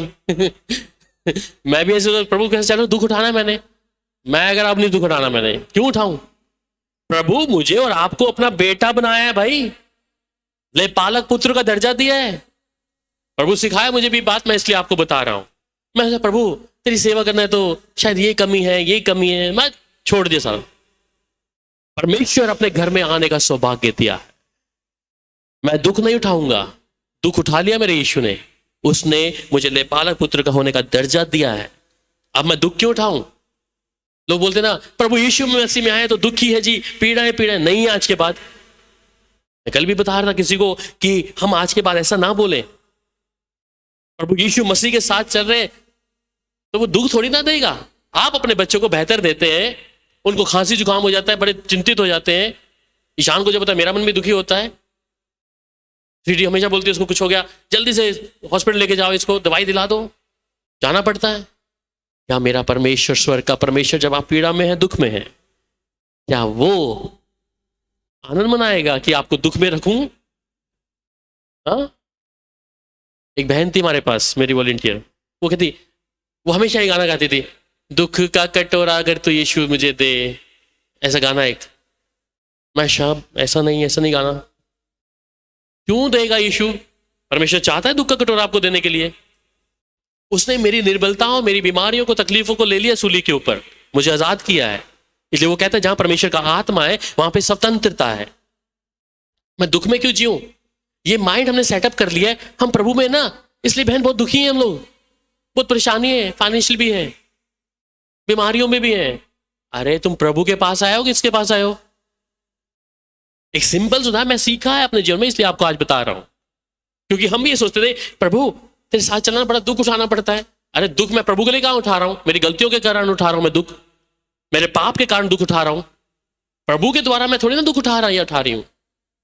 जब मैं वचन नहीं मानता या आप नहीं मानते तब हम दुख उठाते हैं, खुदा की नाफरमानी करते हैं तब हम दुख उठाते हैं। परमेश्वर ने आदम और हवा को कहा फलो फूलो और भर जाओ, सब कुछ उसके अधिकार में दे दिया, परंतु इनको रहना नहीं आया दोनों जनों को। और ये कारण क्या हुआ उनके लिए? परमेश्वर ने आदम की वाटिका से बाहर निकाला, चलो जाओ। परमेश्वर अपने लोगों को कभी दुख नहीं दे सकता ऐसा करके। वो अलग बात है कि परमेश्वर कुछ बातों को सिखाना चाहता है कि उसके लाठी और सोटे से हमें तसल्ली मिलती है, वो कई बार है। पर वो परमेश्वर ये नहीं कहेगा कि तुम दुख में रोते रहो और इसे पट्टा हम बांध के रख ले गले में, ओ प्रभु का चल रहा है ना इसलिए हमारे घर में परेशानी ज्यादा है, फिर प्रभु में क्यों? वापिस चले जाओ। समझ नहीं रहे कि वो क्या है। मेरे जीवन में खुदा की आज्ञा ना मानने के कारण परमेश्वर का क्रोध मेरे जीवन में है, चाहे वो बीमारी के रूप में, तकलीफ के रूप में, चिंता, कर्ज, ये जो कुछ भी है। परमेश्वर के वचन को मैं मान नहीं रहा, कारण वहां पे है और कई कारण नहीं है। जब आप परमेश्वर के वचन को मानेंगे तो कारण आपका खत्म, फिर दिलेरी होगी, फिर जिधर खड़े होंगे ये जगह मेरे बाप की है, ये संसार मेरे बाप का है, खाते में शून्य है, परंतु मेरे को हजारों अरबों में परमेश्वर बनाया, मेरे धन को आसमान में रखा है। बस ये दिलेरी आपकी। और जरूरत कहां से आएगी? कौवा कहां से आएगा? परमेश्वर पूरा कर देगा। मेरा कौवा उड़ता रहता है, समय समय पे मेरे लिए मदद करता है, वो आपके लिए क्यों नहीं करेगा? मेरे जीवन में कई बार, पिछले हफ्ते भी ऐसा हुआ, कहीं से प्रभु कहां से मदद भेज दिया, कहां से किधर आ गए, जनवरी में कहां से मदद आ गई। मैं तो कोई काम नहीं करता ना सिवाय परमेश्वर की सेवा के। और परमेश्वर बेहतर और बेहतर करता है। प्रभु कब किसको मेरे लिए तैयार कर देता है मुझे नहीं मालूम। कल एक बहन आई, वो एक मदद करके गई, मैं बता रहा हूँ मेरा परिवार है, अंगूठी दे के चली गई सोने की मुझे, ममता। मेरे पास आई, भैया आप गाड़ी बेच रहे हो? गाड़ी नहीं बेचना, कहती कुछ लाई हूँ आपके लिए। मैं कहा क्या है? मैं कहा मुझे नहीं चाहिए। कहती गाड़ी कितने? मैं उसे इनको शायद गाड़ी मेरी खरीदनी होगी। कहती गाड़ी कितने की? मैं कहा 2.5 लाख की ली थी। कहते देना कितना है? मैं कहा 2 लाख देना है। तो कहती भैया मैं कुछ आत्मा में आ रहा है, और उसकी शादी की अंगूठी है भैया। प्रार्थना खत्म हुई, यहाँ आई, मैं कहा बहन नहीं चाहिए मुझे। ऐसे उन्होंने मेरे हाथ में पैसे डाल दिए शायद, वैसे टप करके डाली तो अंगूठी दी थी। कहते इसे बेच के कुछ कर लेना। मैं कहा ये तुम्हारी शादी के मैं नहीं लूंगा। नहीं भाई मैं नहीं लूंगा, मेरे को मना नहीं, परमिशन नहीं, मुझे प्रभु ने डाला है। मुझे बड़ी मुश्किल से उससे लेनी पड़ी। कौआ कहां से आ रहा है? किसके मन में डाल रहा है? मैं सोचता हूं कि मैं काम से ज्यादा प्रभु से बेहतर करा है हर चीजों में। जब आप खराई से खुदा के साथ चलेंगे, हमें जरूरी नहीं कि हमारे अकाउंट में पैसा भर के रखें कि हाँ अकाउंट में पैसा भरा हुआ है, जब जरूरत होगी निकाल लेंगे। ऐसा नहीं है। परमेश्वर आपकी जरूरत उसी टाइम पूरी कर दे, इससे बेहतर क्या है? आप सब जानते हैं सिटी का ऑपरेशन जब हुआ था उस टाइम में आप सब मदद किया था, उसमें कैसे कैसे आया था प्रभु, कैसे कैसे हेल्प किया हर चीज में। जब आप परमेश्वर के साथ चलेंगे, परमेश्वर कहां से अपने लोगों को करेगा, और आपके लिए और हमारे लिए वो आशीष था। प्रभु ने हर चीजों को मदद किया। मैं क्या कह रहा हूं, आपको समझाना चाह रहा हूं कि जब आप खुदा के वचन में चलेंगे, प्रभु के वचन को मानेंगे, परमेश्वर आपके लिए हर चीज को पूरा करेगा। हर एक चीजों को परमेश्वर पूरा करता जाएगा। बस कमी कहां है? हमारे जीवन में कमी है। हम उस परिस्थितियों को देखे समझौता ना कर ले उसके, अरे शायद मेरी पाप के कारण है, मेरे गुनाह के कारण है। नहीं है, प्रभु ने जुआ तोड़ दिया है। और दुष्ट कई बार डालता है, तुम पापी हो, तुम पापी हो, तुम प्रभु की हजूरी में नहीं आओगे, तुम परमेश्वर पाक पवित्र परमेश्वर के वचन को पढ़ नहीं सकते, उसे सुन नहीं सकते, दूर जाओ। शैतान ये मन में डालता रहेगा। परंतु आप जब दिलेरी के साथ आएंगे, मैंने सर्वशक्तिमान परमेश्वर के सामने घुटने टेके, मैंने अपने आप को परमेश्वर के सामने रखा है, मेरा पाप मेरे से दूर नहीं था, मैंने खुदा के सामने रख दिया। और प्रभु कहता है कि जो अपने गुनाहों को मान लेता है और छोड़ देता है, उस पर दया की जाती है। अगर हमारा स्वभाव ऐसा है कि हमने माफी मांग लिए, तो परमेश्वर दया कर दिया है। इसलिए कलीसिया को जागरूक होना है। हर एक व्यक्ति के ऊपर विश्वास करने की आवश्यकता नहीं है, हर पासवान के ऊपर विश्वास करने की आवश्यकता नहीं है। फलों को पहचान लो। और ये कारण है कि वो चीजें कलीसिया में फिर चलती रहती हैं। किसी को अच्छा कह दिया जो अच्छा नहीं है, आप सम्मिलित है उसके पाप के। किसी के लिए प्रार्थना कर दिया है, प्रभु नहीं बोला, कर दिया, तो आप उसके साथ सम्मिलित हो गए। प्रभु से पूछे पहले जाके। हमारा मन करता है कि अरे वो भाई या बहन प्रार्थना के लिए बोले, हम कर देते हैं, अन्य जाती है पर कर देते हैं। जब तक वो नहीं कहा, नहीं हमें तो दया आ रही है उनके ऊपर, नहीं, अपने खुदा के मुताबिक खुदा जो बोलता है करे। जब परमेश्वर के साथ होंगे तब। तो इसलिए ये पहचानने की आवश्यकता है, उसकी कलीसिया को जागरूक होने की आवश्यकता है कि परमेश्वर मुझे क्या स्थान दिया है। मैं हर एक को यूट्यूब पे सुनकर है ये प्रचार सुन लिया, अच्छा है, वो तो हमारे कानों के अनुसार अच्छा लग रहा है, इसलिए मैं आत्मा में अच्छा लग रहा है। वो आत्मा में नहीं बोलूंगा, शरीर में अच्छा लग रहा है। ठीक है, अब आपके लिए हमारे लिए कोई ऐसी भविष्यवाणी करता है, हमारा ऐसा ऐसा होता है, प्रभु ऐसा कर दे, हमें अच्छा लगता है, वो शरीर को अच्छा लग रहा है, ओ मुझे ये मिलेगा, ये हमारे जीवन में होगा, ये अच्छा लग रहा है। परंतु अगर वही भविष्यवक्ता या वही प्रभु का दास या नबी कुछ भी बोलता है, अरे तुम्हारा पाप दिख रहा है मुझे, फिर आपको गुस्सा भी आएगा थोड़ा सा, फिर आप वापिस उधर जाएंगे नहीं। इसके सामने जाएंगे तो पाप दिखाता रहेगा, हमारा गुनाह दिखाता रहेगा। यही आत्मा और शरीर की क्या है? युद्ध है। आत्मा और शरीर एक दूसरे के क्या है? बैरी है, बैरी, याद रखो। ये आत्मा और शरीर एक दूसरे के बैरी है। शरीर कभी नहीं चाहेगा कि आत्मा आपकी फलवंत हो। ये आपको शरीर की इच्छाओं पे लाके रोक देगा। बस आपकी तुलना दूसरे व्यक्ति से करना शुरू कर देगा। जो शरीर को अच्छा लग रहा है वो करना शुरू करेगा, परंतु आत्मा अंदर क्या चाह रही है? परमेश्वर ने जब मनुष्य को बनाया तो अपना श्वास उसके अंदर फूंक दिया। उसका श्वास मेरे और आपके अंदर है, उसका आत्मा मेरे और आपके अंदर है, और हम उसे दबा रहे हैं। परमेश्वर कहता है उठ प्रकाश बनो, तुझ पर परमेश्वर का उदय, रोशनी उदय हुई है, प्रकाश उदय हुआ है। और उस रोशनी को मैं क्या कर रहा हूं या कर रही हूं? दबा रहा हूं। नहीं प्रभु, इन लोगों के सामने अगर मैं दिखूंगी या मसीह तौर पे दिखेंगे, हमारी शायद इंसल्ट ना हो जाए।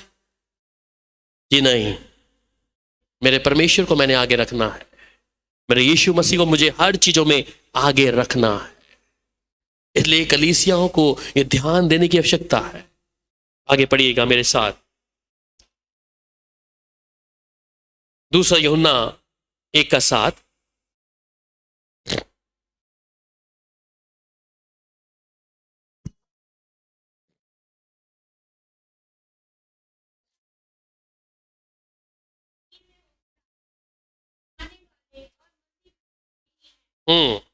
क्योंकि ऐसे भरमाने वाले क्या हो गए? जगत में निकल आए। जगत में निकल आए। निकले कहां से? हम में से। ये लोग मसीह थे, प्रचार करते हैं यीशु मसीह की जय, यीशु मसीह, यीशु मसीह, पर आप इनका पहचान इनके फलों से करें। कहते हैं ये निकले तो हैं। फिर आगे, क्योंकि बहुत से ऐसे भरमाने वाले जगत में निकल आए हैं जो ये नहीं मानते कि यीशु मसीह शरीर में होकर आया। हाँ, यीशु मसीह शरीर में होकर आया। भरमाने वालों और मसीह विरोधी यही हैं। हाँ, भरमाने वाले भी और मसीह विरोधी यही है, और कोई नहीं है। इसलिए ये रूप धारण करेंगे, भक्ति का रूप धारण करेंगे, परंतु इनके अंदर धार्मिकता होगी नहीं, वचन को तोड़ेंगे। सिंपल जांचने का उदाहरण यही है, आप बस वचन को देखें। जो बातें वचन से आप किसी के जीवन में देख रहे हैं जो वचन में है नहीं, चाहे आपका ईस्टर, क्रिसमस, अब ईस्टर भी मनाएंगे लोग आके, वचन में है नहीं, मनाएंगे, क्रिसमस मना लिया। देखिए बाइबल में हम लोग कई सारी चीजों को पढ़ते हैं कि पर्वों के बारे में बताया है। बाइबल में लिखा भी है उसके बारे में कि पर्व जो होते थे, मनाते थे लोग। पिछली बार मेरे से डिम्बल्स ने पूछा था पर्वों के बारे में ना, तो पर्व जो मनाते थे वो हफ्ते हफ्ते के पर्व रहते थे, और उसमें उसको शामिल होने के लिए उसके लिए बहुत सारी चीजें होनी पड़ती थी। हफ्तों हफ्तों का पर्व होता था, पर आज हम उस पर्वों को तो नहीं मनाते हैं वैसा करके, नए चांद, ऐसी ऐसी चीजों को, क्योंकि परमेश्वर उस चीजों से हमें नजात दिया है। कुछ लोग हैं, कुछ ऐसे क्रिश्चियंस हैं जो उन पर्वों को भी मनाते हैं। इवन यहां तक कि यहूदी भी आज तक उन पर्वों को मना रहे हैं। वो कब तक था पर्व मनाना? वो किन चीजों के लिए मना रहे हैं? पर्व मनाने का मतलब क्या था, आपको मालूम है कुछ? किसकी तैयारी के लिए करते थे वो? हाँ, कुछ ना कुछ पर्व मनाते थे। क्या तैयारी होती थी उस समय? परमेश्वर को खुश करने के लिए होता होगा, होम बलि, मेल बलि चढ़ाकर। और अब तो स्वर्ग का परमेश्वर खुद ही हमारे बीच में आ गया, अब हमें जरूरत है क्या? स्वर्ग का परमेश्वर उस समय को वो उसकी आवाज ही सुनते थे, या उनको वो बादल में या आग में ऐसे ऐसे दिखाई देता था। और जब इजराइलियों ने मूसा को कहा कि हम भी देखना चाहते हैं, मिलना चाहते हैं जिस परमेश्वर तू बात करता है, परमेश्वर ने इच्छा भी उनकी पूरी कर दी थी। उस पर्वत के इर्द गिर्द में बाड़ा लगाया और कहा कि मूसा तू और हारून यही मेरे नजदीक तक रहें, और जितने लोग होंगे वो उस बाड़े के इर्द गिर्द अंदर आने की कोशिश ना करें। अगर अंदर आएंगे, क्योंकि उस समय परमेश्वर की उपस्थिति वहां पे उस पहाड़ के ऊपर पूरी थी, और परमेश्वर की आवाज वहां पर थी, और आग की लपटें थी उधर। कहता है इन इजरायली को बोल देना कि इस लाइन से आगे अंदर ना आए, आएंगे तो मर जाएंगे। तो उस परमेश्वर को खुश करने के लिए परमेश्वर सामने वो लोग पर्वों को, ऐसी चीजों को मनाए थे। परंतु अब स्वर्ग का परमेश्वर स्वयं हमारे बीच में है, हम जहां चलते हैं रहते हैं, क्योंकि अब परमेश्वर मनुष्य के इस शरीर में है, मंदिर जिसे कहा जाता है। तो इसलिए मुझे उसे खुश करने के लिए पर्व की आवश्यकता नहीं है, क्योंकि स्वयं हमारे अंदर है, चलता फिरता है। इसलिए पर्वों से हमें छुटकारा दिया।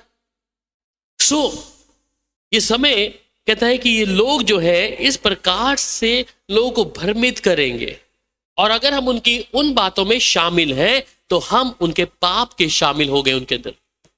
और फिर पढ़ेगा पहला यूहन्ना 4:1।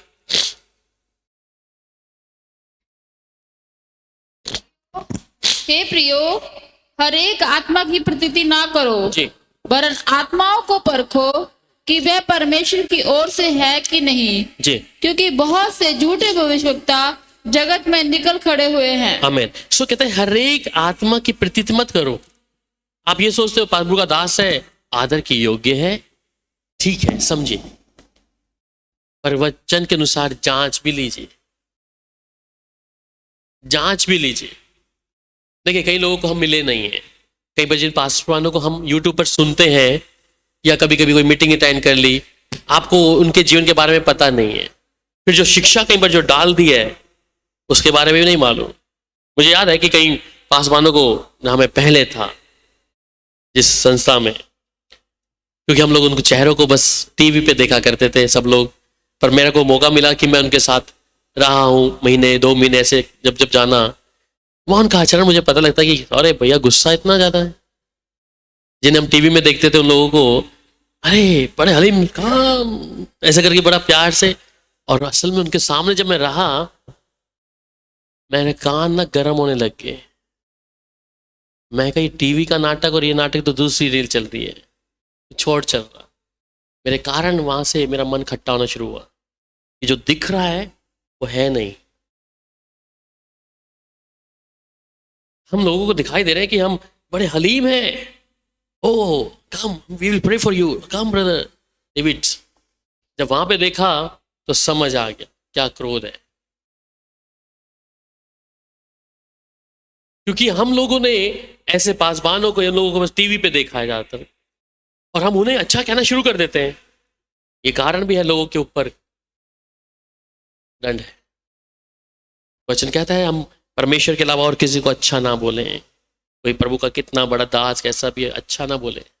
एक ही अच्छा है, यीशु मसीह, क्योंकि कोई भी सिद्ध नहीं है। प्रभु के दास को परमेश्वर ने सिखाने वाला रखा है, सीखें। पर अगर उसकी मूर्त बनाकर, गले में उसका लॉकेट पहनकर या अपने घर में तस्वीर लगाकर आप उसे यीशु बना रहे हैं, तो you are in the great trouble, problem में आप लोग। आज लोगों ने यीशु मसीह को छोड़कर पास्टर को क्या कर लिया है, अपना मुक्तिदाता, उद्धार करता और एक आत्मिक पिता भी बना दिया। आपका आत्मिक पिता कौन है? हाँ गुड, कहीं किसी और को बोल दो। नो आत्मिक पिता, नेवर। हमारा आत्मिक बाप परमेश्वर है, इसके अलावा कोई आत्मिक पिता नहीं है। पासवान को प्रभु ने रखा है सिखाने के लिए। अगर आप उसको दर्जा दे रहे हो ना यीशु मसीह का, आपके लिए बहुत बड़ी प्रॉब्लम है। परमेश्वर का वचन कहता है कि मैं अपनी महिमा किसी को नहीं दूंगा। आप आदर करें, दैट्स गुड। वचन कहता है कि प्रभु का दास दुगने आदर के योग्य है। आदर करें, क्योंकि परमेश्वर का दास है। अपने टीचर का, गुरु का हम लोग करते हैं आदर, जो हमें शिक्षा देता है, क्लास में टीचर जो होता है। प्रभु का दास है, आपको वचन सही मार्ग में दे रहे हैं, धन्यवाद प्रभु, ठीक है। पर अगर उसको आप ये सोचकर, हाँ कई लोग बड़े बोलते थे मेरे को, भैया वो दास प्रभु का मेरे सपन में आया था। अरे भैया यीशु मसीह थोड़ी ना आया था तुम्हारे, बोलते ना कि वो प्रभु का दास मेरे सपन में आया, और वो इतने खुश होते जैसे यीशु मसीह को देख लिया है। वो इंसान है। लोग इस तरीके से भी क्या है, अपने जीवन में इन स्थितियों को बनाकर चल रहे हैं कि वो आया था, ठीक है आया था, पर अगर उसको यीशु बना दिए, और लोग इस बात को घमंड करते हैं इस बात के ऊपर कि हमने उसको स्वप्न में देखा। नहीं, वो आम व्यक्ति है। मैं कहूंगा कि हमें परमेश्वर के ऊपर निर्भर होना है, किसी भविष्यवाणी के ऊपर नहीं। कौन क्या कह रहा है, किधर कह रहा है, क्या शिक्षा है, क्योंकि अगर शिक्षा में मिला दिया तो फिर वो प्रभु के लिए काबिल नहीं है। और दूसरी बात ये कहूंगा कि अथॉरिटी, हम पिछली प्रोफेटिक नाइट में बात कर रहे थे, आप अपने अधिकार को इस्तेमाल करा करें। जब लेपालक पुत्र का दर्जा दिया खुदा ने, आप मुंह से बोले प्रभु मैं इसको क्यों लेके रखूं बीमारी को अपने साथ में, क्यों मुझे दवाई खाने की आवश्यकता है। यीशु के कोड़े खाने से हम ठीक होए, हम कहते हैं हमेशा। इसलिए वचन कहता है अपने विश्वास को परखो कि तुम विश्वास में हो क्या नहीं। तुम्हारी निर्बलता और दुर्बलता को यीशु मसीह ने अपने ऊपर ले लिया है, परंतु यहाँ पे तो पास्टर ने अपने ऊपर कहा, अरे बहन मैं आपके लिए प्रार्थना करूंगा, मैं आपके लिए प्रार्थना करूंगा, चलो आओ अलग। क्यों भाई, मैं निर्भर किसके ऊपर हूं? वो अलग बात है कई चीजों में, पर मेरे को पहला अधिकार परमेश्वर जो अथॉरिटी दिया है, मैं प्रभु से खुद ही बात करना है। इसलिए कई बार क्या होता है, पास्टर को बहुत सारे फोन आते हैं, पास्टर जी बोलते हैं अरे इतने सारे फोन आ गए, इतने सारे फोन आ गए, और वो बोलेगा पास्टर जी हमें प्रार्थना करना। पास्टर को बोलेगा बहन चिंता मत करो, हम प्रार्थना करेंगे आपके लिए।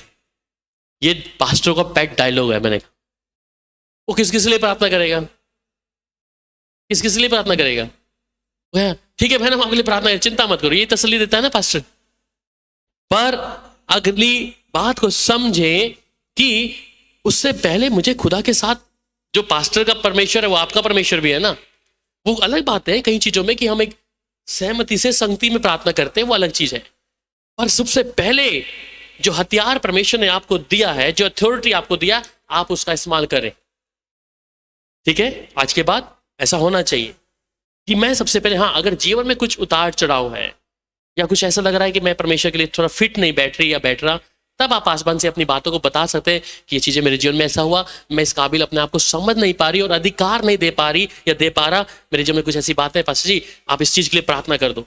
तब वो परमेश्वर से हम प्रार्थना कर सकते हैं। पर आपको लगता है आई एम द परफेक्ट, मैं सिद्ध हूं, परमेश्वर वचन को मान रही हूं और मैंने कोई ऐसी चीज अभी तक नहीं है, अगर करी थी तो मैंने माफी मांग ली है, तो अपने पिता से मुंह खोलकर, बात खोलकर करे उसे। इसलिए परमेश्वर कहता है आजा आमने सामने होकर हम बातचीत करें, बैठे। परमेश्वर कहता है कि हम आमने सामने बैठ कर बातचीत करें, हम आमने सामने ना रह के फोन घुमाते पास्टर जी, और पास्टर का जवाब यही होता है मैं चिंता मत करना, परेशानी की चिंता मत करो, हम प्रार्थना कर देंगे बस। कि मैं आपको या पास्टर कलीसिया को अपने ऊपर निर्भर करा लिया, खुदा ना करे खुदा का दास को प्रभु ने उठा लिया, फिर फोन किसके पास जाएगा, किसको ढूंढेंगे, किसको ढूंढेंगे? अगर प्रभु के सारे दासों को प्रभु ने उठा लिया, फोन किसके पास करेंगे? हाँ जी, प्रभु से। कहीं पर मैं जीसस कॉल में था, फोन हमारी लैंडलाइन एक बार तो खराब हो गई जी, पूरे 3 फोन थे, लैंडलाइन तीनों खराब, लोग दुखी हो रहे हैं। मेरे पास फोन की लिस्ट लगी मोबाइल में, किस किस को करूं, और उधर सुबह से फोन बजने शुरू, फोन खत्म, अरे डर गए लोग सारे कि फोन खत्म, ऐसे उनका दिल निकल गया सबका, फोन नहीं मिल रहा। एक ही फोन चल रहा था मेरा मोबाइल नंबर, उस पर फोन हो गई लाइन भैया, उन्हें लगा था कि वहां पे फोन करेंगे तभी हमारा छुटकारा होएगा। मैं उनको जितने फोन आए, मैं तुम्हारा संबंध क्या है प्रभु के साथ में, तुम प्रभु के साथ निर्भर हो क्या नहीं हो, क्या मेरा बाप तुम्हारा बाप नहीं है क्या? हम कई बार निर्भर हैं पासबान के ऊपर कि वो हमारे लिए प्रार्थना करे। पर अगर आपका जीवन ठीक ठाक है, आप प्रभु के साथ अच्छे चल रहे हैं, तो अथॉरिटी आपके अंदर है। मैंने कहा, मैं बहन को बताया था कैंसर को, सुबह मेरी बात हुई तो मेरे यहाँ पे भी दर्द हो रहा था 2 हफ्ते से, माशाल्लाह हार्ट को कुछ हो गया अब इसको, अच्छा मतलब चल रहा था शायद। मैं इसको बार बार पूछता स्वीटी को, मैं भैया यहाँ पे दर्द होता है क्या होता है? वो कहते गैस का हो सकता है। मैं थोड़ा इधर को जाता है, थोड़ा इधर आता है। मैं इससे सुनना चाहता कि बता दें। फिर अभी जब हफ्ते की मीटिंग में बैठा था, मैं क्यों, मेरे हार्ट को ठीक करने वाला तो मेरा बाप है। मैं परेशान था, मुझे मालूम है कुछ दिन को नहीं, क्योंकि मैं रात को जब बिस्तर में जाना दर्द, सुबह उठते ही वॉशरूम जाने के बाद दर्द, मैं डॉक्टर को दिखाऊं तो पूरा ऐसा रहा बना। पिछला हफ्ता भी ऐसे रुक रुक के यूं करता रहता, दर्द हो रहा है, इनको बताता नहीं मैं, शायद हार्ट में दिक्कत होगी है। पर मैं कि जिसका दिल जिसका है, जिसने इससे बनाया वो इससे बेहतर है भाई। घुटनों पे आया, डांटा यीशु के नाम से, खत्म। प्रभु की दया से हफ्ते की जब प्रार्थना थी, प्रभु ने बिठा के रखा। ये बातें मैं उस समय सीखी, मेरा भरोसा किसके ऊपर है, मैं जिस यीशु को मानता या चलता हूं, जीवन परमेश्वर ने मुकर्रर करे हैं, किसको कितना जीवन दिया है प्रभु ने हम नहीं जानते। पर कुछ बातें परमेश्वर सिखाना मांग रहा है कि हम उसके ऊपर निर्भर हो जाए, किसी व्यक्ति के ऊपर नहीं। इसलिए कहता है यहां पे कि हम हर एक आत्मा की प्रीति ना करें, वरना आत्माओं को परखें। परमेश्वर मना नहीं करता कि आप आसमान को नहीं परख सकते, पर आप डरते हैं, विश्वासी डरते हैं, अरे पास्टर के बारे में परखेंगे ना, प्रभु के बारे में, दास के बारे में बोले, प्रभु जरूर हम पे ऊपर दंड डालेगा। आप गलत नहीं कर रहे, जांचें, और जो बात है आपको जांचने के बाद ठीक नहीं लग रही, जस्ट लीव इट, छोड़ दे, ऐसी जगह को, ऐसे स्थान को छोड़ दे। जो वचन को वचन नहीं रहने देने दे रहा पासवान, उस जगह से परमेश्वर निकलो। हमें परमेश्वर ने पवित्र आत्मा अपना सहायक दिया है कि हम उसकी आत्मा की भरपूरी में चले। इसलिए बाइबल साफ कहा है कि हम परखें, यह आपका अधिकार है, अथॉरिटी आपके पास प्रभु ने दिया है। वहां पे बाइबल में लिखता है कि विश्वासियों के अंदर चिन्ह होंगे, वो अथॉरिटी खुदा ने दिया है। निर्भर मत हो जाइए और अपनी जो परेशानियां जो चल रहे हैं ना उसको बार बार मत रखे आगे कि प्रभु यार चल रहे तो ये उसमें होना ही था, नहीं होना था। क्यों है? कारण है। कारण जांचेंगे तो अपने जीवन को जांचें। जब जीवन को जांचेंगे वहां आपको पवित्र आत्मा दिखाएगा ये जीवन में तेरी शायद गलत चीजें हैं, जो वचन दिया तू मान नहीं रहा या नहीं मान रही, इस कारण है। और जब उन चीजों को आप मानना शुरू कर देंगे, उन चीजों को अलग कर देंगे, तो दिलेरी हो जाएगी। परमेश्वर दिलेरी कर देगा, एकदम से आत्मा में मजबूती आ जाएगी। पढ़ेगा और भी 2 कुरिन्थियों 11 अध्याय उसकी 4 आयत। 2 कुरिन्थियों, क्योंकि हम जीते जी सर्वदा यीशु के कारण मृत्यु के हाथ में सौंपे जाते हैं कि यीशु का जीवन भी हमारे मरणहार शरीर में प्रकट हो। 2 कुरिन्थियों 11 का 4। यदि कोई तुम्हारे पास आकर किसी दूसरे यीशु का प्रचार करे जिसका प्रचार हमने नहीं किया, या और आत्मा तुम्हें मिले हाँ, जो पहले ना मिला था, या और कोई सुसमाचार सुनाए जिसे तुमने पहले ना माना था, जी। तो तुम उसे सह लेते हो। आमीन। सो ये 2 कुरिन्थियों 11:4 का हमने पढ़ा। यदि कोई तुम्हारे पास आकर किसी दूसरे यीशु का प्रचार करे जिसका प्रचार हमने नहीं किया है, ये दूसरे यीशु के बारे में आपको बताया गया है पहले, इधर भेद में जाने की जरूरत नहीं है। पर ये दूसरे यीशु, ये यीशु ऐसी बातें करेगा, प्रचार यीशु मसीह का करेगा, ये दूसरा यीशु। और कहता है या कोई आत्मा तुम्हें मिले जो पहले ना मिला था। अब जो आत्मा तुम्हें मिले जो पहले नहीं मिला था, इसका मतलब कई बार संगति में, अन्य भाषाओं में कई बार गड़बड़ी आ गया है अभी। ठीक है, क्या गड़बड़ी है कि दुष्ट आत्माएं भी अन्य भाषा की कॉपी कर रही हैं और कई विश्वासियों को इस बारे में मालूम नहीं है। जो आत्मा कहते तुम्हें पहले नहीं मिला था, जो और कोई सुषमा जिसे तुमने पहले ना माना था, तो तुम्हारा सहना ठीक होता। ठीक है, सो इसलिए हम उस वचन को जिसे यहां देखते हैं कि उस दूसरे यीशु का प्रचार, सिंपल सी चाबी है जांचने के लिए। फलों के द्वारा जांच लेंगे, वचन के द्वारा जांच लेंगे, जो बातें वचन से बाहर जा रही है उसके द्वारा पहचान लेंगे। अगर वो दूसरा यीशु, नाम तो यीशु का लेगा परंतु उसके काम परमेश्वर के वचन के मुताबिक नहीं होंगे, आपके पास जांचने का पूरा अधिकार दिया। इसलिए जांचते रहना है, परखते रहना है। और कई लोग कलीसिया में जब आते हैं उनका काम क्या रहता है, पास्टर क्या बोल रहा है। हमने बताया है पर हम उसमें कमी निकालने के लिए तैयार रहते हैं। कई बार कमियां, एक स्वभाव है, ये भी एक स्पिरिट है, आत्मा है। तो वचन के अंदर कई लोग कमियां निकालनी शुरू कर देंगे। ये कमी नहीं निकालना, पहचानना है। गलत चीज लिख रही है, राइट डाउन। ये वचन में कहां लिखा है, राइट डाउन। ठीक है या नहीं है, गलत है। ओ ये चीजें शामिल कर रहे हैं कलीसिया में, ये तो बाइबल में है नहीं। ये चीज कर रहे हैं, शामिल कर रहे हैं, ये तो बाइबल में है नहीं। वो है परखना, उसे जांचे। तो हम हर एक आत्मा की प्रतीति नहीं करते, क्योंकि कोई अगर आपको दूसरे यीशु का प्रचार करता है जो बाइबल के विपरीत है, अगेंस्ट है, जो बाइबल में है नहीं, उस पर विश्वास नहीं करना। पढ़ेगा आगे और भी इसी की 13 और 15 आयत भी पढ़ दीजिए। 2 कुरिन्थियों 11 का 13 और 15।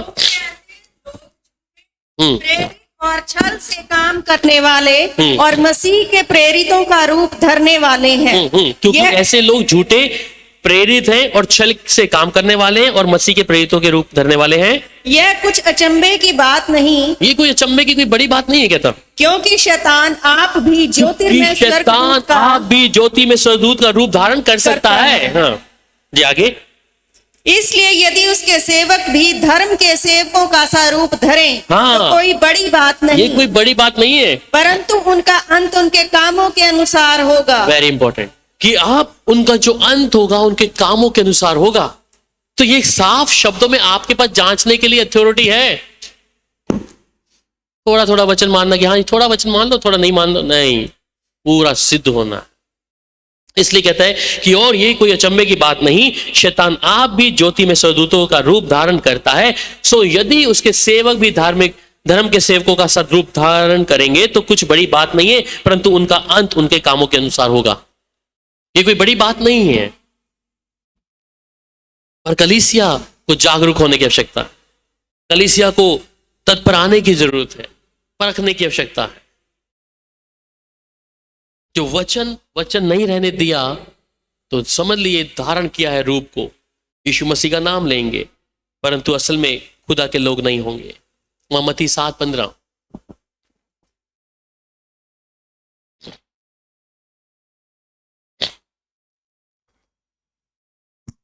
झूठे भविष्यवक्ताओं से सावधान रहो, जो भेड़ों के भेष में तुम्हारे पास आते हैं परंतु अंतर में वे फाड़ने वाले भेड़िए हैं। ठीक है, कहते हैं झूठे भविष्यवक्ताओं से सावधान रहो जो भेड़ों के भेष में तुम्हारे पास आते हैं परंतु अंत में वो फाड़ने वाले हैं। कैसे फाड़ेंगे? कैसे फाड़ेंगे?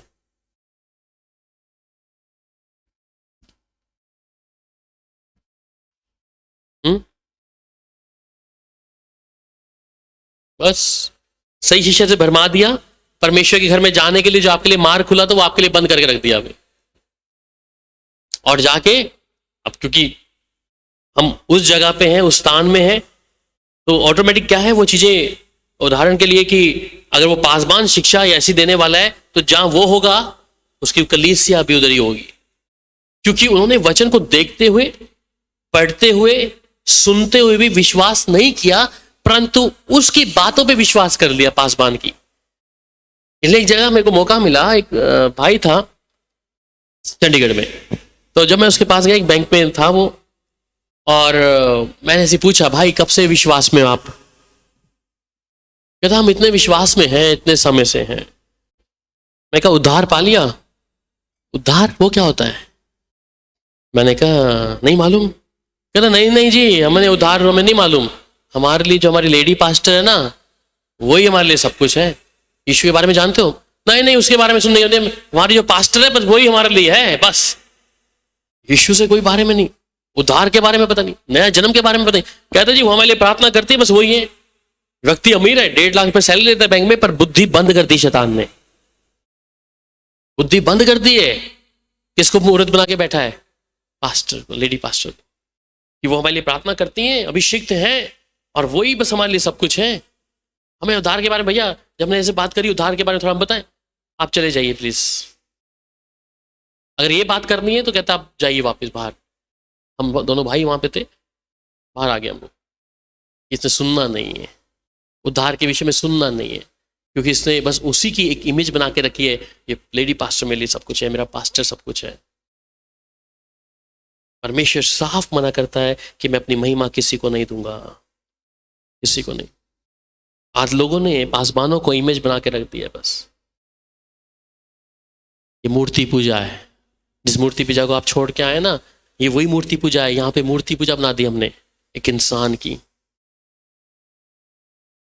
इसलिए हम उस चीज से बाहर हैं। इसलिए कहते हैं ये झूठे भविष्य से सावधान रहो, ये भेड़ों के भेष में तुम्हारे पास आते हैं परंतु अंत में ये फाड़ने वाले होंगे। आपके लिए परमेश्वर के घर में जाने के लिए रास्ता बंद कर देंगे। और ऐसा कुंड में जहां पे ये होगा, मसीह विरोधी होगा, वहां पे उसके लोग भी उसके साथ में होंगे।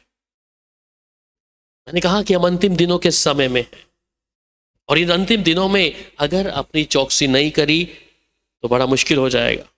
पड़ेगा इसी के आगे 21 और उसकी 21 से 23 तक पढ़ दीजिए। इसी में जो मुझसे हे प्रभु कहता है उनमें से हर एक स्वर्ग के राज्य में प्रवेश ना करेगा। सुन लीजिए, बहुत अच्छे उदाहरण से कहा गया है कि जो मुझे हे प्रभु कहते हैं वो लोग, हर एक व्यक्ति परमेश्वर के राज्य में प्रवेश नहीं करेगा स्वर्ग में, परंतु वही जो मेरे स्वर्गीय पिता की इच्छा पर चलता है, स्वर्गीय पिता की इच्छा पर चलता है। उस दिन बहुत से लोग कहेंगे हे प्रभु क्या हमने तेरे नाम से भविष्यवाणी नहीं की? ये लोग कहेंगे कि हमने तो तुम्हारे लिए भविष्यवाणी करी है भाई, और तेरे नाम से दुष्ट आत्मा को नहीं निकाला। जी हाँ, और तेरे नाम से बहुतों से आश्चर्य कर्म नहीं किए। तब मैं उनसे खुल कर कहूंगा मैं तुमको कभी नहीं जाना। हे कुकर्म करने वालों, मेरे पास से चले जाओ। जिस चाहिए बस। कहता है कि ये मेरे नाम से कहेंगे हमने ऐसा किया वैसा किया, परंतु कह रहा है मैं उनसे खुलकर कह दूंगा, हे कुकर्म करने वालों मेरे सामने से दूर हो जाओ। क्या हमने भविष्यवाणी नहीं करी, हमने ये नहीं किया, हमने वो नहीं किया, और लोग उसी चीज को प्रेफर करते हैं, बार बार उन चीजों को सुनना पसंद करते हैं, उन चमत्कारों को देखना शुरू चाहते हैं। परंतु परमेश्वर कहेगा तुम मेरे सामने चले जाओ। अगर जीवन की पुस्तिका में मेरा और आपका नाम नहीं है, यहाँ पे बैठना, प्रभु के वचन को सुनना फिर हमारा व्यर्थ है। परंतु वो क्या कह रहा है कि परंतु वही जो स्वर्गीय पिता की इच्छा पे चलता है। अगर मैं और आप खुदा में हैं, उसकी इच्छा के अनुसार अगर चल रहे हैं, तभी परमेश्वर ने स्वर्ग में जो जगह तैयार करी है हमारे लिए वहां में मिल जाएगी। नहीं तो खाली बैठकर सिर्फ उन बातों की ओर ध्यान लगाना कि हाँ ये पासबान कुछ ऐसा कर दे, कुछ हम पर हाथ रख के प्रार्थना कर दे, जी नहीं। मेरे लिए मेरा प्रभु है। अगर आप कहीं नहीं भी जा रहे किसी चर्च में, प्रभु की इच्छा से चलें, प्रभु के वचन को पढ़ें और सीखने के लिए शिक्षा के लिए जगह बनाइए। संगति प्रभु बोला है, कलीसिया में परमेश्वर बोलता है कि एक फेलोशिप चाहिए, उसके लोग जहां पे इकट्ठे होते हैं परमेश्वर मौजूद होता है, इसलिए संगति जरूरी है। इसलिए अगर मैं और आप उसकी इच्छा के अनुसार चलेंगे तभी हम परमेश्वर के घर में, राज्य में जा सकते हैं। अगर हम सिर्फ दुनियावी तौर पे रहेंगे, पासबानों के पीछे रहेंगे मूर्त बनाकर कि वो ऐसा था ऐसा था, छोड़ दीजिए। और भविष्यवाणी तो आजकल ऐसे हैं बस, जो वचन से नहीं है, वचन के बाहर है सारी चीजें, दुनियावी हैं। पास्टर बोला अरे मैं अब तुम्हारे लिए भविष्यवाणी करूंगा। देखो अरे प्रभु जब बोलेगा तभी बोलोगे ना तुम। कैसे कैसे भविष्यवाणी है? स्ट्रोक रखा है बस, भावी करने वाली शक्तियां हैं, वो बता देंगी आपको आपके बारे में। इसलिए जब तक प्रभु का आत्मा ना बोले किसी दास को या नबी को, तब तक वो ना बोले। और वो इसके शब्द नहीं है। प्रोफेटिक मीटिंग में या लोगों की जो सभाएं चलती हैं उसमें एक के बाद एक ऐसा करके, अरे परमेश्वर तुम्हारे को बता रहा है कि तुम्हें कौन सा कपड़ा कहाँ पे पहनना है। प्रभु बता रहे तेरा मैं रीजा वहां लगा दूंगा, इधर लगा दूंगा, कौन सी नौकरी तुझे मिलेगी, कहाँ मिलेगी। क्या प्रभु वेला बैठा है उधर के लिए कि इन घर की चीजों में, अरे मैं तुमको प्रभु दिखा रहा तुम्हारे घर के अंदर जा रहा हूँ ऐसा दिख रहा है, सब बकवास है। भावी करने वाली शक्ति है, वो आपको सारी चीजें बता देगी। परमेश्वर इन चीजों के लिए नहीं बैठा, पवित्र आत्मा इन चीजों के लिए नहीं बैठा। कई बार लोग बोलते हैं अरे वो भाई वो प्रभु के दास या उनकी पत्नी या पति ऐसे कपड़े पहनते हैं तो हमने अगर पहन लिया कर लिया तो प्रभु, वो भी तो इतने बड़े दास हैं प्रभु के, प्रभु का आत्मा उनको नहीं बताता। नहीं बताता, परमेश्वर नहीं बताएगा। बताने के लिए खुदा ने क्या दिया है, ये है। प्रभु थोड़ी ना बताएगा तूने ऐसा गलत क्यों कपड़ा पहना है, तुझे प्रभु के हजूर में कैसा आना है क्या नहीं आना, तेरा जीवन कैसा होना है। अगर पाप है तब पवित्र आत्मा आपको कायल करेगा। पवित्र आत्मा जब आपके अंदर गुनाह है, पाप है, वो कायल करेगा कि तू प्रभु के वचन में नहीं है, वचन को तोड़ या तोड़ रही है। आपने क्या आभूषण पहना है क्या नहीं पहना, पवित्र आत्मा इस बारे में कभी कायल नहीं करेगा। पर अगर आप प्रभु की आत्मा के अनुसार चलते हैं, वचन आपके पास में है, अगर शायद पवित्र आत्मा नहीं सारा काम करना होता तो बाइबल आपके हाथ में नहीं होती। इसलिए परमेश्वर ने फ्री विल में छोड़ा है। आदम और हवा को उस आदम की वाटिका में फ्री विल में छोड़ दिया, स्वतंत्र इच्छा। आज लोग कई बार गुनाह करते हैं जानते हुए, फ्री विल है, प्रभु की हजूरी में बैठते हैं, परंतु उस शरीर के द्वारा हम पाप करते हैं, देखते हैं, शरीर के द्वारा हम बोलते हैं, पर वो फ्री विल जो दिया हुआ है उस कारण जानने के बावजूद भी हम और आप क्या है, खुदा की इच्छा के अनुसार नहीं चलते हैं। और कारण यही है हमारे नाश होने के लिए ये काफी है। पढ़ेगा और भी आगे, हम जल्दी खत्म करेंगे। मत्ती की इंजील 24 अध्याय उसकी 4 और 5 आयत। मत्ती 24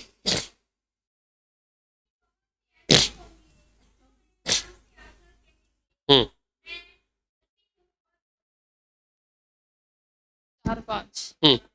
यीशु ने उनको उत्तर दिया, सावधान रहो, सावधान रहो, क्योंकि तुम्हें ना भरमाने पाए, कोई तुम्हें ना भरमाने पाए, क्योंकि बहुत से ऐसे होंगे जो मेरे नाम से आकर कहेंगे मैं मसीह हूँ, और बहुतों को भरमाएंगे। जी हाँ, अभी जिसकी बात मैं बताया उस पास्टर की, वो कहता है मैं यीशु मसीह हूँ।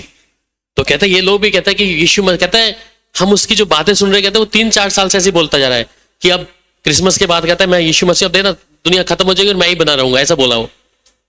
कहता अभी तक जिंदा ही है, अभी तो दुनिया का अंत नहीं हुआ, विनाश में है वो भाई। ठीक है, तो कहता है मैं यीशु हूं, मैं यीशु मसीह हूं, तुम मेरी बात को यकीन नहीं करते, मैं यीशु मसीह हूं। तो दुष्ट शक्ति ने मतलब कि जो उसका आत्मा, मैं को कल जो मैं उसके लिए प्रार्थना कर रहा था उस बहन के जो भी उसका ससुर है, प्रभु साहब बताया कि जो आत्मा उसका वाला था वो कब का खत्म हो गया है, एक दुनिया अभी जो एक संसार का, पर वो पूरी जो शक्ति थी उसके अंदर बैठी हुई है, वो मर चुका है अंदर, और वो जो शक्ति थी उसने एकदम कब्जा कर रखा अंदर, और वो जो यीशु बनकर बैठा।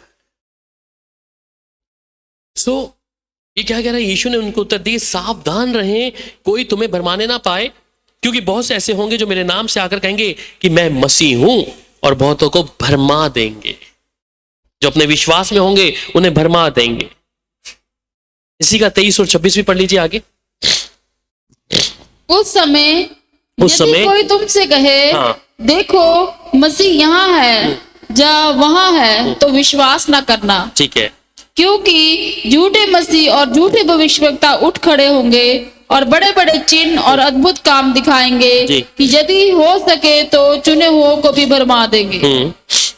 देखो मैंने पहले से तुम से यह सब कुछ कह दिया है, इसीलिए यदि वह तुमसे कहे देखो वह जंगल में है, तो बाहर ना निकल जाना, या देखो वह कोठरी में है, तो विश्वास ना करना। ठीक है। सो कहते हैं कि जो झूठे भविष्यवक्ता और झूठे भविष्यवक्ता उठ खड़े होंगे और बड़े चिन्ह और अद्भुत काम दिखाएंगे कि यदि हो सके तो चुने हुओं को भरमा देंगे। अब इनकी नजरें किसके ऊपर है? चुने हुए के ऊपर, क्योंकि ऑलरेडी जो बाकी लोग हैं वो तो इन्हीं की कैटेगरी के हैं, इन्हीं के अंदर के लोग हैं, पर अब उनकी चौकस है जो चुने हुए हैं, जो खुदा के वचन के साथ चलने की कोशिश कर रहे हैं, परमेश्वर के वचन को रोज हर दिन उसके साथ समय बिताते हैं। अब इनकी जो नजरें हैं ऐसे लोगों को देख रही है, ये चुना हुआ है, इसके ऊपर क्या करें, अब अपना कब्जा कर लें। चुने हुओं को, दूसरों को नहीं। इसका मतलब आप सब भी फोकस में हैं अभी उसके, अगर सही से वचन आप मान रहे हैं तो हम सब फोकस में हैं। और आपको मालूम है ये शत्रु जो हमारा फाड़ खाने वाला है, ये अपने काम को, अपने डिसिप्लिन के हर चीज में बड़ा पर्टिकुलर है, हर चीज में। इसलिए परमेश्वर कहता है कि परमेश्वर अपनी नजरों को निरंतर अपने धर्मी पर गाड़े रखता है, लगाए रखता है। उसे मालूम है कि शत्रु जो विरोधी है ये कहीं ना कहीं मेरे इस व्यक्ति को लेके ना चला जाए, छीन ना ले। इसलिए परमेश्वर की जो नजरें निरंतर लगी रहती हैं। ये शत्रु इसी ताड़ में रहता है, इसी काम में रहता है कि किसको फाड़ के खा जाए, सिंह के समान है, बाइबल में लिखा है। सो कहते हैं कि अपने उस जो झूठी चीजें हैं उन चीजों के बारे में अद्भुत काम को दिखाकर, और लोग भावुक होकर या उन चीजों को ऐसा सोच के अरे ये बड़ी चीज चमक रही है, ऐसा चीज है। बाइबल में हमने पढ़ा कि ये जो शैतान का दूत है ये भी स्वर्ग के दूतों के समान रूप लेके आ जाएगा, और हम लोग विश्वास कर लेते हैं। कुछ समय पहले चंडीगढ़ में भी मैं सुना था किस्सा, बहुत समय पहले की बात है, एक लड़की थी वहां पर। वो लड़की भी ऐसी थी ये जो हमने कल सुना जिसके बारे में, ये व्हाइट चोला पहनती थी, और व्हाइट चोला में लंबे लंबे बाल रखना, और उसने भी यही कहना शुरू कर दिया कि मैं यीशु मसीह हूं। और लोग उसके पास आते थे। कुछ समय बाद वो स्त्री जो लड़की थी उसका डेथ हो गया। उसने भी ये कह कर बोलती थी कि मैं यीशु मसीह हूं, यीशु मेरे अंदर समाया हुआ है। और उसने व्हाइट चोला पहनना, सब कुछ ऐसे लंबे जैसे यीशु की तरह, बाल ऐसे करके ऐसा करके कि मैं यीशु अपने आप को प्रकट करना। ऐसी चीजें इन दिनों में हम लोग देख रहे हैं, इसलिए हम अपनी भी चौकसी करें, अपने आप को निरंतर जांचते रहें कि हमारा मन किस तरफ जा रहा है। ठीक है। और एक आयतों को हम पढ़ेंगे जल्दी जल्दी। पहला यूहन्ना छोड़ के दूसरा थिस्सलुनीकियों 2 अध्याय 3 से 4। दूसरा थिस्सलुनीकियों 2 अध्याय 3 और 4। किसी रीति से किसी के धोखे में ना आना। अब किसी रीति से किसी के धोखे में ना आना, क्योंकि वह दिन ना आएगा, क्योंकि वह दिन ना आएगा जब तक धार्मिकता का त्याग ना होले और वह पाप का पुरुष अर्थात विनाश का पुत्र प्रकट ना हो। जी हाँ, तो किसी रीति से, हाँ, चौथी आयत भी पढ़ दीजिए। जो विरोध करता है और हर एक से जो ईश्वर जा पूज्य कहलाता है, हाँ, अपने आप को बड़ा ठहराता है, यहाँ तक कि वह परमेश्वर के मंदिर में बैठकर अपने आप को ईश्वर ठहराता है। आमीन। तो ये तीसरे मंदिर में अब जो काम होने वाला है, ये तीसरे मंदिर में कहता है जो विरोध करता है और हर एक को जो परमेश्वर या पूज्य कहलाता है, अपने आप को बड़ा ठहराता है, यहां तक कि वह परमेश्वर के मंदिर में बैठकर अपने आप को परमेश्वर प्रकट करता है। अब मंदिर में तो होगा, तीसरे मंदिर में जो बनेगा, परंतु मंदिर में बैठ के, चाहे वो पासबान है या कोई भी जो अपने आप को बड़ा ठहराता है इन चीजों के लिए। इसलिए पहचानने के लिए परमेश्वर हमें बाइबल के ही उदाहरण दे दिए इतने सारे, कि हम बाइबल के द्वारा बहुत सारी बातों को समझ सकते हैं। इसी का आगे हम 8 और 10 आयत भी पढ़ लेंगे।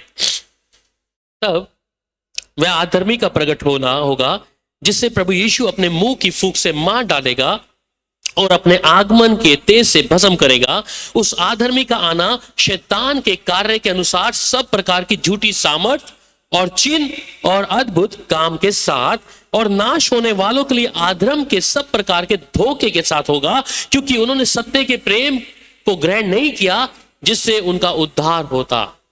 सो ये क्या कह रहा है कि अब इस अधर्मी का जो प्रकट होगा, यीशु अपनी फूंक से उसे मार डालेगा और अपने आगमन के तेज से उसे भस्म करेगा। अब ये मसीह विरोधी, अभी देखिए शैतान अलग चीज है और मसीह विरोधी अलग चीज है, ध्यान रखिएगा।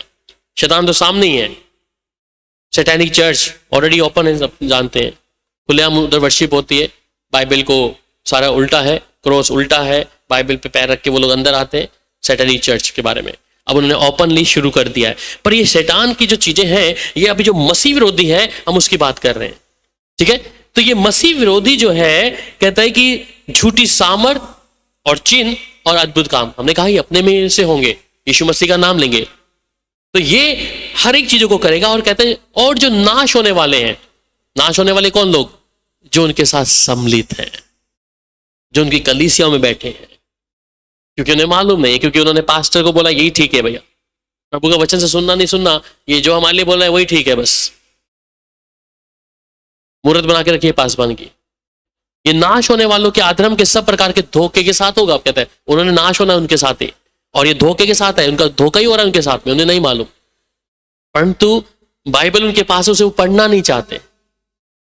लोग जाते हैं बाइबल लेके, पर पढ़ना नहीं चाहते, क्योंकि बाइबल की बातें सभी तरह लिखी हैं और उन बातों को उनको पर्दा डाल दिया उनके ऊपर कि पढ़े ना। कहते क्योंकि उनके सत्य के प्रेम को ग्रहण नहीं किया जिससे उनका उद्धार होता है। उस चीज को, वो उद्धार के विषय में मैंने भी उदाहरण दिया, वो व्यक्ति कहता है मुझे उद्धार के बारे में पता नहीं क्या है क्या नहीं, मुझे लिए तो मेरा पास्टर ही सब कुछ है। भाई हम सुनेंगे नहीं अपने पास्टर के विरुद्ध में कुछ, उनका उद्धार के लिए उनके लिए रुकावट हो गया। परंतु यीशु मसीह जब आएगा, अपनी फूंक से ऐसे विरोधी को क्या करेगा? समाप्त कर देगा। आखिरी आयत, हालेलुया, एक आखिरी आयत हम लोग भजन संहिता और उसका 160 119 का 160 भजन संहिता, साम 119 वर्स 160। तेरा सारा वचन सत्य ही है। सुन लीजिए, तेरा सारा वचन सत्य ही है, और तेरा एक एक धर्म में नियम सदा काल तक अटल है। हालेलुया। परमेश्वर का वचन सारा सत्य है जो हमने आज सुना है, और उसका जो एक एक धर्म में नियम है सदा काल तक अटल रहेगा। जो लिखा है वो पूरा होगा। इसलिए मैं और आप अपनी तैयारी कर लें। हम प्रभु के साथ में चलने वाले लोग हैं, अपने जीवन को जरूर जांच लें। इस सर्वशक्तिमान प्रभु का धन्यवाद करें। आइए प्रार्थना करें।